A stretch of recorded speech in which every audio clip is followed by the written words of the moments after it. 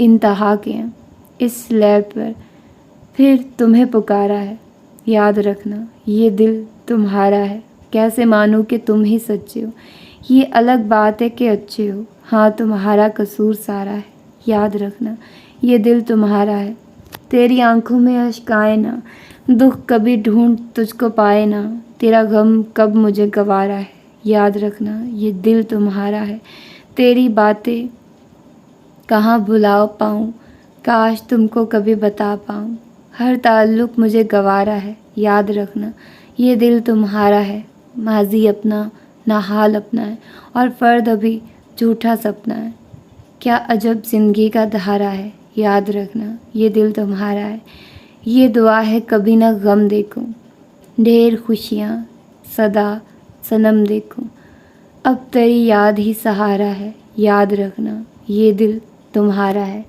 مسکان ان بولوں میں کھوسی گئی تھی، وہ کافی دیر انہی بولوں کو دہراتا رہا۔ مسکان مستقبل کے بارے سوچنے لگی، اس کے جانے پر دانیال کا رد عمل کیا ہوگا، یہ سوچ اسے بے چین کر گئی۔ اچانک اسے یاد آیا کہ وہ کافی دیر سے ڈرائیونگ کر رہا، مسکان کی طرح وہ بھی تو تھکا تھا۔ اس کا خیال تھا وہ 2-3 گھنٹے سو چکی تھی۔ اس نے پرس سے موبائل فون نکال کر وقت دیکھا تو حیران رہ گئی، 3:30 بجے کا وقت تھا۔ وہ وساکھتا اٹھ بیٹھی، ارے دانی، مجھے اٹھایا کیوں نہیں؟ بس ابھی اٹھانے والا تھا۔ وقت دیکھا ہے آپ نے؟ میں نے کہا تھا مجھے 2-3 گھنٹوں بعد جگا دینا، اور اب 7-8 گھنٹے ہونے کو ہیں۔ پیشی تم گہری نیند سوئی تھی اور مجھے بھی کوئی خاص نیند نہیں آ رہی تھی، اس لیے اٹھانا مناسب نہ سمجھا۔ اس وقت وہ ایک ہوٹل کے قریب سے گزر رہے تھے جس کے ساتھ پیٹرول پمپ بھی بنا ہوا تھا۔ مسکان نے کہا، کار ہوٹل کی طرف موڑ دو، یہاں مسجد ضرور ہوگی، عشاء کی نماز ہم دونوں نہیں پڑھ سکے اور کار میں پیٹرول بھی ختم ہونے والا ہوگا۔ نہیں، پچھلے پیٹرول پمپ سے میں نے ڈلوا لیا تھا، کہہ کر دانیال نے کار ہوٹل کے اندر موڑ دی۔ وہاں 2-3 پیسنجر گاڑیاں پہلے سے رکی ہوئی تھی اور سواریاں چائے وغیرہ پی رہی تھی۔ ہوٹل کے کونے میں بنی ایک چھوٹی سی مسجد دیکھ کر وہ اس طرف بیٹھ گئے۔ وضو کر کے دونوں نے نماز پڑھی اور پھر ایک فیملی کیبن میں بیٹھ کر ناشتہ کر لیا کہ وقت کی بچت ہو۔ دوبارہ کار میں بیٹھتے ہوئے جب دانیال نے ڈرائیونگ سیٹ سنبھالی تو مسکان نے کہا، دانی اب آپ کو آرام کرنا چاہیے۔ نہیں، صبح کی نماز پڑھ کر لیٹوں گا، وہ بے پرواہی سے بولا، اور مسکان مصر ہوئے بغیر اس کے ساتھ بیٹھ گئی۔ آپ کو اب تک نیند نہیں آ رہی؟ نہیں، اصل میں جاگنے کا عادی ہوں نا، جب تک بیوی نہیں ملی تھی اس کے اصول کی تمنا نہیں سونے دیتی تھی، اور جب مل گئی تو چھن جانے کے خوف نے نیندیں اڑا دی۔ یوں الٹے سیدھے وہم دل میں نہ پالا کرو، وہ اسے سمجھانے لگی۔ بالفرض اگر میں آپ سے بچھڑ بھی جاتی ہوں تو کیا دنیا میں لڑکیوں کی کمی ہے؟ آپ کو مجھ سے کہیں گنا زیادہ خوبصورت لڑکیاں مل جائیں گی۔ سب سے پہلے تو تم یہ تصور ہی ذہن سے نکال دو کہ میرے لیے اس دنیا کی کوئی لڑکی تم سے زیادہ تو کیا تمہارے جتنی بھی خوبصورت ہو سکتی ہے، اور یہ اتنا ہی ناممکن ہے جتنا سورج کا مغرب سے طلوع ہونا۔ اور بالفرض اگر ظاہری طور پر کوئی خوبصورت ہے بھی صحیح، تب بھی دانیال کو نہیں چاہیے۔ پاگل، مسکان نے زبردستی مسکرانے کی کوشش کی۔ جب ایک کم عمر خوبصورت دوشیزہ جناب کو حاصل ہوگی تو مسکان بیچاری کو اپنے آپ ایسے بھلائیں گے جیسے اس کا وجود ہی نہیں تھا۔ مشی، مجھے 30 سال تک تو کوئی واجبی صورت کی لڑکی ہی نہ مل سکی، پھر اب کہاں میرے لیے کم عمر دوشیزائیں قطار باندھے کھڑی ہوں گی۔ پہلے آپ مزدور تھے اور اب ایک کاروباری آدمی، وہ گلوگیر لہجے میں بولا۔ مشی، اب مجھے کوئی نہیں چاہیے، کوئی بھی نہیں، خدا را تم دور نہ جانا۔ کوئی بھی کسی سے دور نہیں ہونا چاہتا دانی، حالات دور کر دیتے ہیں۔ دانیال کے ہونٹوں پر زخمی مسکراہٹ ابھری اور وہ فلسفیانہ لہجے میں بولا، من چاہی اور حالات کی مسلط کی ہوئی دوری میں بہت فرق ہوتا ہے۔ مسکان جانتی تھی کہ وہ ایک لا حاصل بحث میں الجھے، اسے دانیال کو چھوڑ کر جانا تھا۔ یوں بھی کوئی کسی کی جدائی میں نہیں مرتا۔ ایک تلخ سوچ اس کے دماغ میں ابھری۔ چند لمحے خاموش رہنے کے بعد اس نے سوچا، اچھا چھوڑو اس فضول موضوع کو، یہ بتاؤ کون سا کاروبار پسند ہے آپ کو؟ کاروبار؟ کیسا کاروبار؟ اب میں آپ کو مزدوری تو نہیں کرنے دوں گی، اور کاروبار کرنا مجھے نہیں آتا۔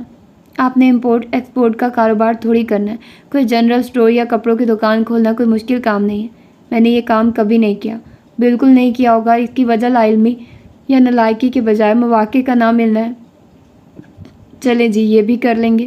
اچھا گلوکاری بھی کرتے ہو، بہت خوبصورت گیت گنگنا رہے تھے۔ میشی، میں نہیں جانتا میں کیا گا رہا تھا، بس یہ میرے اپنے ذہن کے اختراع تھے۔ اس تک بندی کو اگر آپ گیت سمجھتی ہیں تو آپ کی مرضی۔ صبح کی اذان کے وقت وہ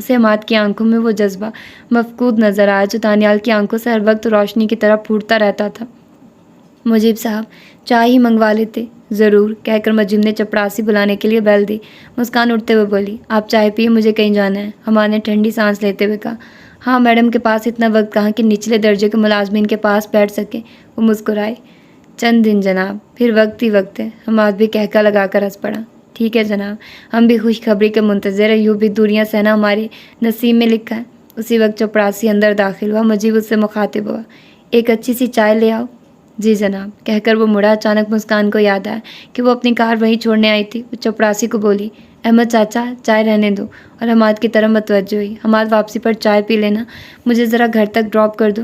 وہ اپنی جگہ چھوڑتا ہوا بولا، ٹھیک ہے میڈم، مگر تمہاری کار بھی تو یہیں کھڑی ہے۔ مسکان اس کی بات کا جواب دیے بغیر دفتر سے نکل آئے۔ حماد بھی اس کے ساتھ ہو لیا۔ پارکنگ میں داخل ہوتے ہوئے بولی، میں کار گھر چھوڑنے آئی تھی، پھر مجھے یاد آیا وہاں تو نیا چوکیدار ہوگا، کیا شناخت کراتی پھروں گی؟ ہاں میں سمجھ گیا تھا۔ حماد نے اس بات میں سر ہلا دیا۔ اپنی کار کی چابی حماد کے حوالے کر کے وہ اس کے ساتھ بیٹھ گئی۔ کار پارکنگ سے نکالتے ہوئے حماد نے طنزی انداز میں کہا، بڑے سیر سپاٹے ہو رہے ہیں محترمہ۔ حماد، یقین مانو گھر میں فارغ بیٹھی بور ہو رہی تھی، سوچا کچھ آؤٹنگ ہی ہو جائے گی، مجھے کیا پتا تھا آپ یوں چراغ پا ہو جائیں گے۔ یہ خوب گئی، کیا مجھ سے پوچھا نہیں جا سکتا تھا؟ وہ ہنسی، شوہر کی موجودگی میں کسی دوسرے سے پوچھنے کی کیا تک ہے؟ مسکان، زیادہ بکواس کی ضرورت نہیں، سمجھی؟ میری مجبوری کا مذاق نہ اڑاؤ۔ سوری ہادی، باخدا میرے ذہن میں ایسی کوئی بات ہی نہیں تھی، اور یاد ہے نا میں نے آپ کو بھی شمالی علاقہ جات میں ہنی مون منانے کا کہا تھا، آپ تو مانے نہیں، اور دانیال مان گیا۔ حماد نے اس کے ہونٹوں سے بات اچکی۔ ہاں، مسکان نے اس بات میں سر ہلا دیا، اس میں شک کی کیا ہے، کتنی منتیں کی تھی آپ کی؟ حماد نے پوچھا، یاد ہے فون پر تم نے کہا تھا یہ دانیال کی خواہش تھی؟ یہ بھی سچ ہے، پہلے اس نے خواہش ظاہر کی تھی، اور بعد میں نے سوچا کہ گھر میں فضول وقت گزارنے سے بہتر ہے اپنی یہ تمنا تو پوری کر لوں۔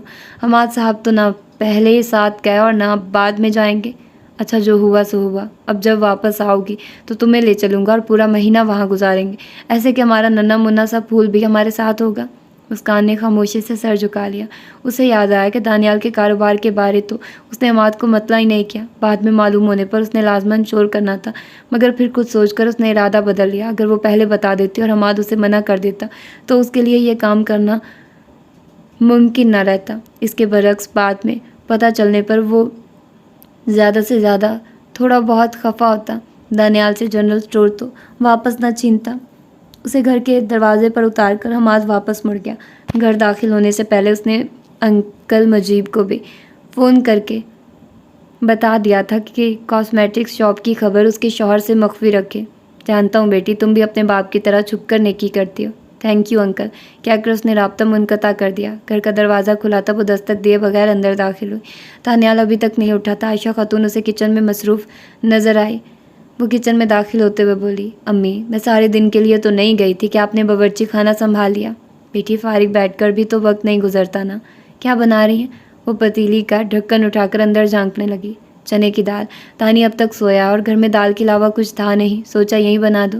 بہت اچھا کہ مجھے چنے کی دال بہت اچھی لگتی ہے۔ بیٹی ہم غریبوں کو اچھی نہ لگے تب بھی یہی کھانا پڑتی ہے۔ اب آپ انشاءاللہ غریب نہیں رہیں گی ماں جی، اور میں ذرا دانی کو جگا لوں۔ کہتے ہوئے وہ اپنے خوابگاہ کی طرف بڑھ گئی۔ تیسرے دن اسے مجیب کی کال رسیو ہوئی۔ بیٹی آپ کے حکم کی تعمیل کر دی ہے۔ انکل گناہ گار تو نہ کریں، میں آپ کو حکم دے سکتی ہوں بھلا؟ بیٹیاں والد یا چچا ہی کو کام بتاتی ہیں، اور یہ حکم نہیں، بیٹیوں کا حق ہوتا ہے۔ مذاق کر رہا تھا بیٹی، میں نے کبھی سدرا اور تم میں فرق نہیں کیا ہے۔ وہ جانتی تھی کہ سدرا مجیب کی اکلوتی بیٹی کا نام ہے۔ اچھا انکل، مجھے ایڈریس سمجھا دے، میں وہیں آ کر جائزہ لینا چاہتی ہوں۔ مجیب نے اسے دکان کا ایڈریس سمجھا دیا۔ ٹھیک ہے انکل، میں آدھے گھنٹے میں وہاں پہنچ جاؤں گی۔ رابطہ منقطع کر کے اس نے ساس کو کہا، ابھی میں نے انکل سے دانیال کی دکان کی بابت بات کی تھی، آج دکان کا کام مکمل ہو گیا، میں وہیں جا رہی ہوں۔ دانیال کو یہ بات نہیں بتانا، عصر کے وقت تینوں وہیں چلیں گے۔ بیٹی پہلے بھی تمہارے احسان کم نہیں ہے، مزید زیر بار نہ کرنا۔ مسکان خفگی سے بولی، بیٹی بھی کہتی ہیں اور یوں غیروں کی طرح شکریہ بھی ادا کرتی ہیں۔ اللہ تمہیں سخی رکھے، نیک اور فرما بردار اولاد دے، شوہر کی محبت اور توجہ ہمیشہ تمہیں حاصل رہے۔ عائشہ خلوص سے دل سے اسے دعائیں دینے لگی۔ مسکان گھر سے نکل کر صدر بازار کی طرف بڑھ گئی۔ مطلوبہ دکان ڈھونڈنے میں اسے کوئی دشواری پیش نہیں آئی تھی۔ انکل مجیب اس کا منتظر تھا۔ کافی وسیع و عریض دکان تھی۔ مجیب نے اسے بہت اچھی طرح ڈیکوریٹ کرایا تھا۔ دکان کی پیشانی پر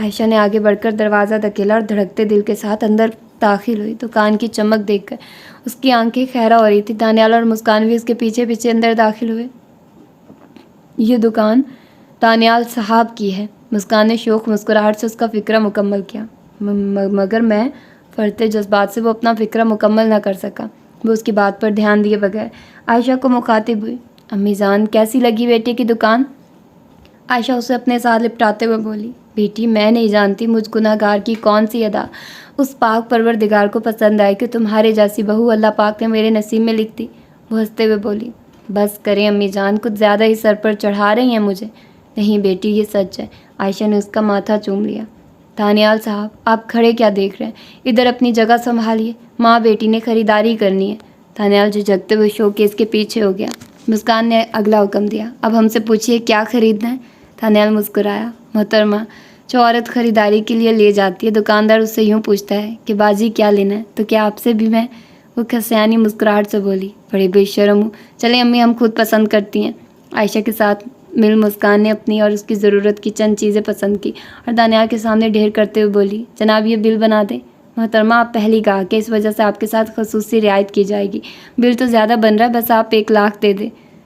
غضب خدا کا دانی، مسکان چلائی، 1,00,000 اگر یہی ریٹ رہا اس دکان کا تو لوگوں نے دکان کے اندر آنا تو کیا سامنے سے گزرنا بھی چھوڑ دینا ہے۔ دانیال اطمینان سے بولا، مس ادائی کرنی ہے تو ٹھیک ہے، ورنہ آپ اگلی دکان پر تشریف لے جا سکتی ہیں۔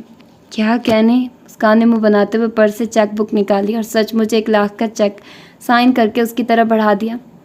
دانیال نے چیک وصول کر کے مندرجات پر نگاہیں دوڑائی۔ وہ انگلش نہیں پڑھ سکتا تھا مگر ہندسوں کو تو اچھی طرح جانتا تھا۔ 1,00,000 کا عدد دیکھ کر اسے خاصی حیرت ہوئی تھی۔ مس یہ چیک اصل تو ہے نا؟ میں آپ کو فراڈ لگتی ہوں؟ مسکان نے آنکھیں نکالی، کسی کے چہرے پر نہیں لکھا ہوتا سمجھی، اور یہ غصہ اپنے خاوند کو دکھانا۔ دانی، اگر یہی برتاؤ رہا تو اس دکان کا پہلا اور آخری گاہک میں ہی ہوں گی۔ عائشہ نے کہا، اچھا بیٹا اب یہ چیک میری بیٹی کو واپس کرو، یہ بل اس کا شوہر ہی آ کر ادا کرے گا۔ یہ لے محترمہ۔ دانیال نے اس کی طرف چیک بڑھایا۔ نہیں، مسکان نے نفی میں سر ہلاتے ہوئے کہا، اب آپ اپنی پہلی کمائی سے ہمیں کھانا کھلائیں گے اور شام کو اپنی بیوی یعنی ماں بدولت کو شاپنگ بھی کرائیں گے۔ یہ کہہ کر وہ عائشہ کو بولی، چلیں امی بڑی سخت بھوک لگی ہے۔ دانیال چیک جیب میں ڈال کر ان کے ہمراہ ہو لیا۔ مسکان ایک امیر لڑکی، اس بات کا اندازہ اسے پہلے دن سے ہو گیا تھا، مگر وہ اس قدر امیر ہے یہ دانیال کے وہم و گمان میں بھی نہ تھا۔ اس کے لیے اتنی قیمتی دکان کی خریداری اور پھر 1,00,000 کا چیک اس بے پرواہی سے کاٹا جیسے چند روپے کسی کو دے رہی ہو۔ آخر وہ کون تھی اور دانیال میں ایسی کیا بات تھی کہ اس نے اسے شادی کے لیے چنا تھا؟ سارے معاملے میں کوئی گڑبڑ ضرور تھی، مگر اس کا دماغ اس گڑبڑ کو جانچنے میں ناکام رہا تھا۔ مسکان کی طبیعت کا تضاد اسے شروع دن سے اچنبھے میں ڈالے ہوئے تھا۔ کار میں بیٹھتے ہوئے اس نے داؤد جنرل اسٹور پڑھ کر مسکان سے پوچھا، مشی یہ تمہارے والد محترم کا نام ہے نا؟ آپ کو کیسے پتا؟ اسے حیرانی ہوئی تھی۔ جی، نکاح کے وقت میں نے مسکان بنت داؤد ہی کو قبول کیا تھا۔ اس کی بات نے مسکان کے لبوں پر مسکراہٹ بکھیر دی۔ اگر دکان کا یہ نام پسند نہیں تو اپنی پسند کا نام بھی رکھ سکتے ہو، اس نے کھلے دل سے اسے اجازت دیتے ہوئے کہا۔ نہیں، یہ بہت پیارا نام ہے اور انشاءاللہ میں اپنے بیٹے کا نام بھی داؤد ہی رکھوں گا۔ مسکان نے سوچا، ہاں اسے محبت کہتے ہیں کہ محبوب سے جڑی ہر چیز پیاری لگے۔ مطلوبہ بینک کے سامنے کار روک کر اس نے دانیال کو کہا، آپ چیک کیش کرا لیں۔ دانیال سر ہلاتا ہوا نیچے اتر گیا۔ ایک لمحے کے لیے اس کے دل میں خیال گزرا کہ یہ چیک کہیں نقلی نہ ہو، مگر پھر اسے اپنی سوچ پر ہنسی آ گئی۔ مسکان کبھی بھی اس کی سب کی گوارا نہیں کر سکتی تھی۔ اس کے لیے لاکھوں کی دکان خریدنے والی کے لیے 1,00,000 کی کیا حیثیت تھی؟ اس کے اندازے کے مطابق چیک آسانی سے کیش ہو گیا تھا۔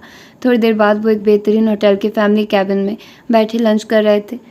مسکان نے دانیال کو مزدور سے ایک کاروباری آدمی بنا دیا تھا، نچلے طبقے سے اٹھا کر متوسط طبقے میں لا پھینکا تھا، پیدل چلنے والے کو گاڑی کا مالک بنا دیا تھا۔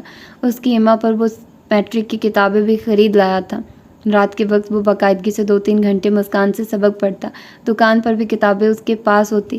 مجیب صاحب نے ادھیڑ عمر کے ایک بہترین آدمی کو اسے تربیت دینے کی ذمہ داری سونپی تھی۔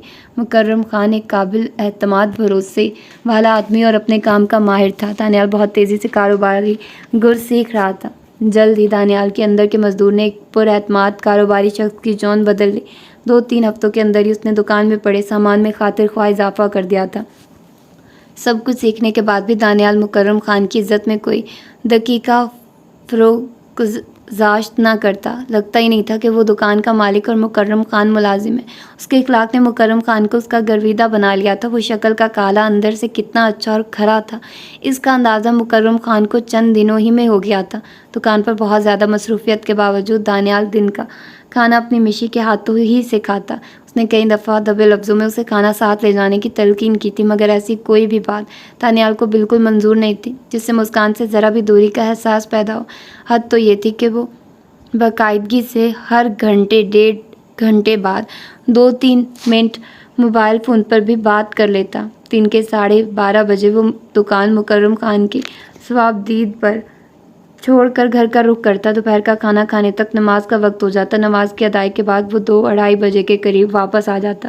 اس کی واپسی کے بعد مکرم خان نماز اور کھانے کی بریک کرتا۔ ان کی شادی کو 1.5 ماہ ہو گیا تھا۔ دوپہر کا کھانا بناتے ہوئے مسکان کو دانیال کی کال موصول ہوئی۔ جی محترمہ، گھنٹہ پورا ہو گیا ہے۔ کال ریسیو کرتے ہوئے مسکان نے طنزیہ لہجے میں پوچھا۔ مشی، یہ تمہارے لیے گھنٹہ ہوگا، مجھے تو سال برابر 1 منٹ لگتا ہے۔ اب خود اندازہ کر لو، شوہر غریب 60 سال بعد بھی اپنی جان سے پیاری شریک حیات سے بات نہ کرے۔ فضول باتوں کا مقابلہ ہو تو ٹرافی آپ سے کوئی نہیں لے سکتا، وہ برجستہ بولا۔ آپ بھی نہیں لے جا سکتی۔ میں کس کھیت کی مولی ہوں؟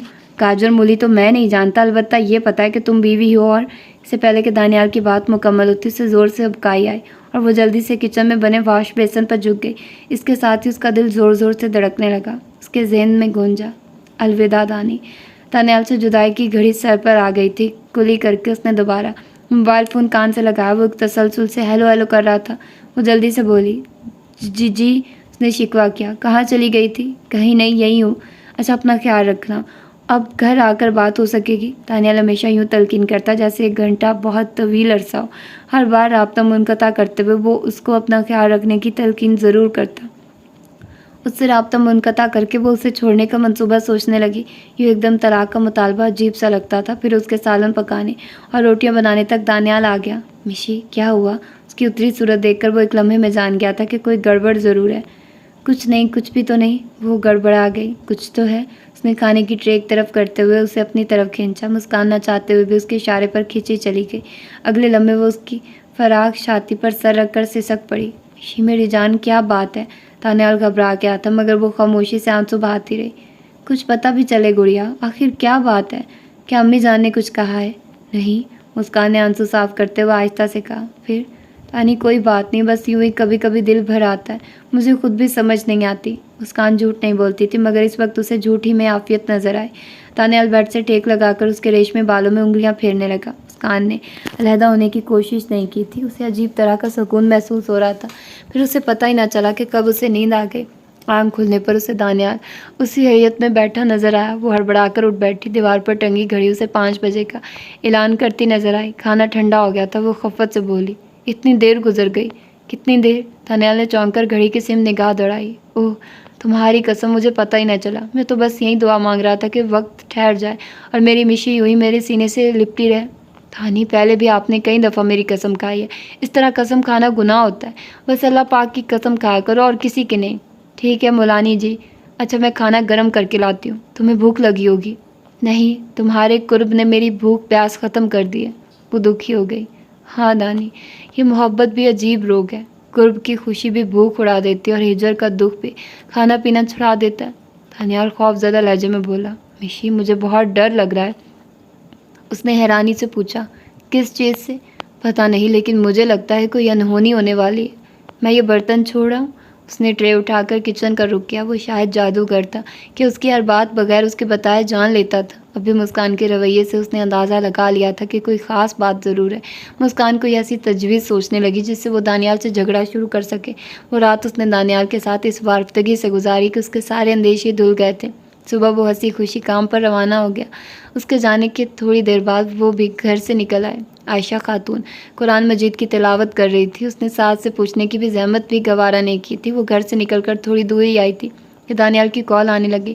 وہ لازماً دکان پر پہنچنے کی اطلاع دینا چاہ رہا تھا، مگر اس نے نمبر بزی کر کے موبائل آف کر دیا۔ وہ جانتی تھی کہ اس کی یہ حرکت اسے پریشان کر دے گی اور وہ بغیر تاخیر کے گھر پہنچے گا، لیکن ایسا اس نے جان بوجھ کر کیا تھا، جھگڑا شروع کرنے اور قطع تعلق کے لیے۔ کوئی بہانہ تو اسے بھی چاہیے تھا۔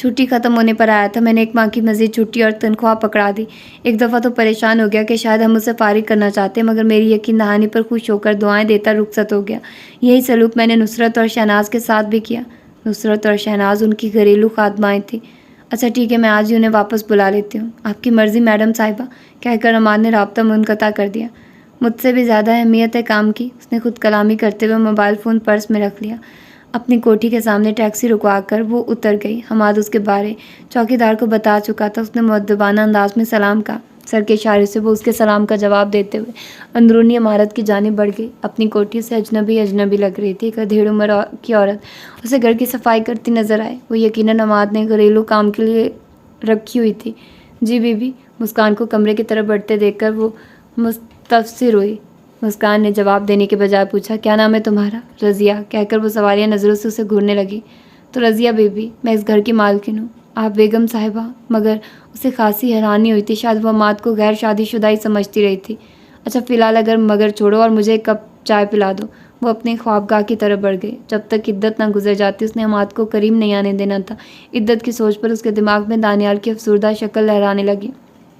یقیناً مجھے کوس رہا ہوگا، دھوکے باز، فریبی، گھٹیا عورت۔ اب اس نے انہی خطابات سے مجھے یاد رکھنا ہوگا۔ اس کے دل کو کچھ ہونے لگا۔ کتنا چاہتا تھا، دیوانہ تھا اپنی مشی کا، اور کیسے چاہت سے پکارتا تھا، مشی مشی مشی۔ اس کے دماغ میں دانیال کی آواز گونجنے لگی۔ شاید اداس ہو۔ اس کی سوچیں دانیال کی ذات پر مرکوز تھی۔ ہاں اداس تو ہوگا، یہ ممکن ہی نہیں کہ اسے اپنی مشی کی جدائی کا غم نہ ہو، لیکن یہ بھی حقیقت تھی کہ اب وہ اس کی شکل دیکھنا بھی گوارا نہ کرتا۔ ملازمہ چائے بنا کر لے آئی۔ چائے پیتے ہوئے اچانک اس کے دماغ میں دانیال کی آواز گونجی۔ مشی، ساری چائے پی جاتی ہو، آدھا کپ تو بخش دیا کرو نا۔ وہ کہتی، تھرموس بھرا ہوا ہے محترم۔ جواب ملتا، میں تمہارے جھوٹے کی بات کر رہا ہوں۔ مسکان کے لبوں پر مسکراہٹ تیرنے لگی۔ وہ زیر لب بڑبڑائی، پاگل نہ ہو تو۔ چائے کا ادھ بھرا کپ تپائی پر رکھ کر وہ لیٹ گئی اور اپنی سوچوں کو حماد کی طرف موڑنے لگی۔ اس کا محبوب تقریباً 5 مہینے سے اس سے جسمانی طور پر دور تھا، اور اب مزید 8-9 مہینے کی دوری اسے سہنا تھی، کیونکہ یہ بات تو وہ اچھی طرح جانتی تھی کہ حاملہ عورت کی عدت وضع حمل ہوتی ہے۔ پتہ نہیں دانیال طلاق دینے میں لے تو لال کرتا ہے یا آسانی سے مجھے آزاد کر دے گا۔ اس کی ذہنی رو ایک بار پھر دانیال کی طرف مڑ گئی۔ اگر اس طلاق دینے سے انکار کر دیا تو لازماً ہمارے لیے مسئلہ بنے گا، کیونکہ خلا کے لیے میں عدت کا، عدالت کا دروازہ بھی نہیں کھٹکھٹا سکوں گی۔ اچانک اسے احساس ہوا کہ دانیال کے طلاق نہ دینے کی صورت میں مسئلہ کافی غمگیر ہو جانا تھا۔ انہی خیالوں میں کوئی اسے اونگ آ گئی۔ وہ ایک خوبصورت پہاڑی تھی، چاروں طرف اونچے نیچے سرسبز درخت پھیلے تھے، ہلکی ہلکی چلنے والی ہوا اور آسمان پر چھائے بادلوں نے ماحول کو انتہائی حد تک دل فریب بنا دیا تھا۔ ایک چشمے کے قریب رک کر اس نے اپنے ساتھی سے کہا، دانی یہیں بیٹھتے ہیں، دیکھو نا کتنے خوبصورت پھول کھلے ہیں۔ وہ اسے چاہت سے دیکھتے ہوئے بولا، ان میں سے ایک بھی میری مشی جیسا نہیں ہے، دیکھو تمہیں دیکھ کر کتنے شرمندہ سے لگ رہے ہیں۔ وہ خوابناک لہجے میں بولی، جھوٹا۔ وہ رونی صورت بنا کر بولا، تمہیں تو میری ہر بات جھوٹ لگتی ہے۔ وہ شوخی سے بولی، جھوٹ ہمیشہ جھوٹ ہی لگتا ہے۔ اچانک دانیال کے چہرے پر گھبراہٹ کے آثار نمودار ہوئے اور وہ خوف زدہ لہجے میں بولا، چلو مشی یہاں سے جانا پڑے گا۔ وہ یہاں بھی پہنچ گیا۔ اس نے حیرانی سے پوچھا، کون پہنچ گیا؟ مگر دانیال اس کی بات کا جواب دیے بغیر اسے ہاتھ سے پکڑ کر ایک طرف کھینچنے لگا۔ انہوں نے 2-3 قدم ہی اٹھائے تھے کہ اچانک انہیں کہکے کی بازگشت سنائی دی، ہاں مجھ سے بچ کر کہاں جاؤ گے کالے۔ اس نے مڑ کر دیکھا، وہ حماد تھا، ایک دیو قامت شخص کے روپ میں۔ وہ دونوں اس کے سامنے بچے دکھائی دے رہے تھے۔ مشی جلدی بھاگو، وہ پہنچ گیا۔ دانیال نے اسے زور سے کھینچا، مگر حماد ایک جست میں ان کے سر پہ پہنچ گیا۔ اس نے دانیال کو گریبان سے پکڑ کر دھکا دیا اور وہ لڑکیاں کھاتا دور جا گرا۔ اس کے ساتھ اس نے مسکان کا بازو تھاما اور بولا، چلو میرے ساتھ۔ دانیال اٹھ کر چلا آیا۔ خبیث، چھوڑو میری مشی کو۔ حماد استہزائی لہجے میں بولا، یہ میری ہے مسٹر حبشی۔ نہیں یہ میری ہے، یہ میں کسی کو نہیں دوں گا۔ اگر تم نے اسے نہ چھوڑا تو میں تمہیں قتل کر دوں گا۔ دانیال غصے سے حماد کی طرف بڑھا، مگر حماد کا تھپڑ کھا کر ایک مرتبہ پھر دور جا گرا۔ حماد مسکان کا بازو تھامے پہاڑی کے اوپر چڑھنے لگا۔ اس کی رفتار کافی تیز تھی۔ دانیال نیچے گر کر اٹھا اور ان کے تعاقب میں دوڑ پڑا۔ اس کے ساتھ اس کی زور زور سے پکارنے کی آوازیں آ رہی تھی۔ کبھی وہ حماد کو دھمکانے لگتا اور کبھی مشی مشی پکارنے لگتا۔ اس کی دردناک آوازیں زیادہ دیر مسکان سے برداشت نہ ہوئی اور اس نے منمناتے ہوئے حماد سے کہا، مجھے اس کے پاس جانا ہے۔ حماد کا کہکا کافی بھیانک تھا۔ اچھا یہ بات ہے، یہ لو پھر جاؤ اس کے پاس۔ اس نے مسکان کو بلندی سے نیچے کی طرف دھکا دیا۔ اس کے منہ سے کافی بلند بانگ چیخ خارج ہوئی اور ساتھ ہی اس کی آنکھ کھل گئی۔ اس کا سارا جسم پسینے سے شرابور تھا، دل کی دھڑکن بے قابو ہو رہی تھی۔ اسی وقت ملازمہ خوابگاہ میں داخل ہوئی۔ بیگم صاحبہ کیا ہوا؟ کچھ نہیں، سب ٹھیک ہے، تم جاؤ اپنا کام کرو۔ اور وہ سر ہلاتے ہوئے باہر نکل گئی۔ اس نے اٹھ کر فریج سے ٹھنڈے پانی کی بوتل نکالی اور گلاس کا تکلف کیے بغیر بوتل کو منہ لگا کر گھٹا گھٹ پانی پینے لگی۔ خواب کے اثر سے ابھی تک اس کا دل لرز رہا تھا۔ پانی پی کر اس نے بوتل واپس فریج میں رکھی اور چند لمحے فریج سے ٹیک لگا کر کھڑی رہی۔ گھڑی پر نظر ڈالنے پر اسے پتہ چلا کہ ظہر کی نماز اس سے قضا ہو گئی ہے۔ گھنٹے کی سوئی 5 کا ہندسہ عبور کر چکی تھی۔ کیا دانیال نے نماز پڑھی ہوگی؟ اس کے ذہن میں ایک بار پھر دانیال کا نام آیا۔ شٹ! اس نے سر ہلا کر اس کی سوچوں کو جھٹکا۔ پتہ نہیں حماد اتنی دیر کیوں کر رہا ہے؟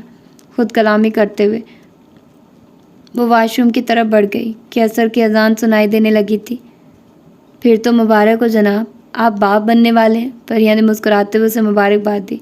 میں نہیں محترمہ، ہم کہو، اس بچے کو ہم دونوں نے مل کر پالنا ہے۔ مسکان بیچاری تو منو مٹی تلے پڑی ہوگی۔ فریہ نے منہ بنایا۔ اسے پالنے میں تو کوئی قباحت نہیں، فقط یہ ڈر ہے کہیں شکل و صورت باپ کی نہ لے آئے۔ نہیں یار، کچھ حصہ تو ماں سے بھی وصول کرے گا، یہ بھی ممکن ہے بالکل ماں پر چلا جائے اور حماد صاحب کو اپنی پیاری سیٹھ زادی کی یاد دلاتا رہے۔ شٹ اپ یار، اس خوشی کے موقع پر بدمزگی پیدا نہ کرو۔ اچھا مسکان صاحبہ کا کیا حال ہے؟ کہیں اس کالے کے غم میں صاحب فراش تو نہیں ہو گئے؟ وہ تو گھر جا کر پتہ چلے گا نا، میں ابھی تک اس سے نہیں ملا ہوں، بس فون پر اس نے اطلاع دی ہے کہ وہ واپس آ گئی ہے۔ بڑے ظالم ہو بھائی، بیچاری کب سے منتظر ہوگی۔ باہر میں جائے، اس کے چونچلے مجھ سے نہیں اٹھائے جاتے، اور اب تو سرخ رو ہو کر لوٹی ہے، پتہ نہیں کتنے نخرے دکھائے گی۔ اچھا مرنے والے کی آخری خواہش ہی سمجھ کر اس کے نخرے برداشت کر لینا۔ یہ کیا؟ حماد نے حیرانی سے کہا، اپنی سوکن کی طرف داری کر رہی ہو؟ ہاں، وہ اطمینان سے بولی، اپنا مال اولاد اور محبوب شوہر تک وہ میرے لیے چھوڑ کر جانے والی، اتنا تو حق بنتا ہے نا غریب کا کہ زندگی کے آخری دن اپنے محبوب کی معیت میں گزار سکے۔ ٹھیک ہے جی، جو حکم ہو سرکار کا، ورنہ تو میں اس کی شکل دیکھنے کا بھی روادار نہیں۔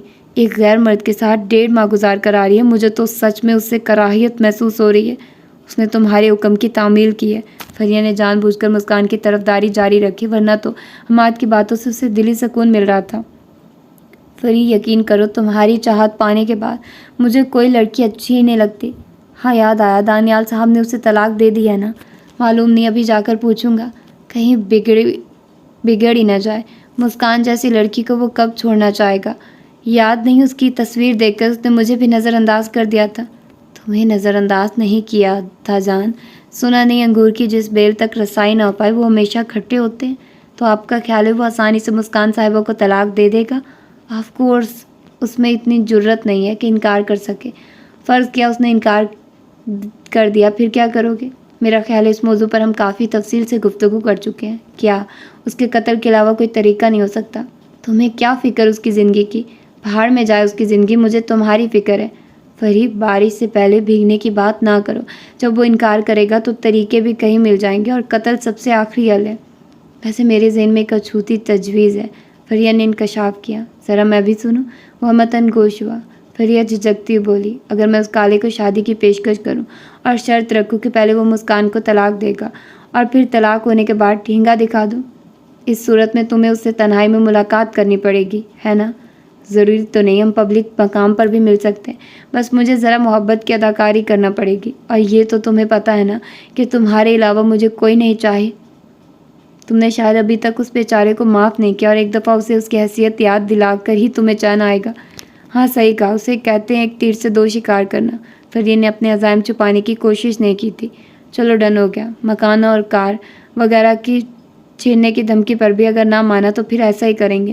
وہ زہریلے لہجے میں بولی، تم دیکھنا میں اسے کیسے سبق سکھاتی ہوں۔ اگر کپڑے پھاڑ کر روڈوں پر نہ بھاگتا پھرا تو نام بدل دینا، اس میں شک ہی کیا۔ اگر اس کے بجائے تم ہی یہی دعویٰ کسی خوبرو نواب زادے کے متعلق کرو تب بھی مجھے یقین کامل ہوگا یہ غریب تو تمہاری ایک مسکراہٹ کی مار ہے۔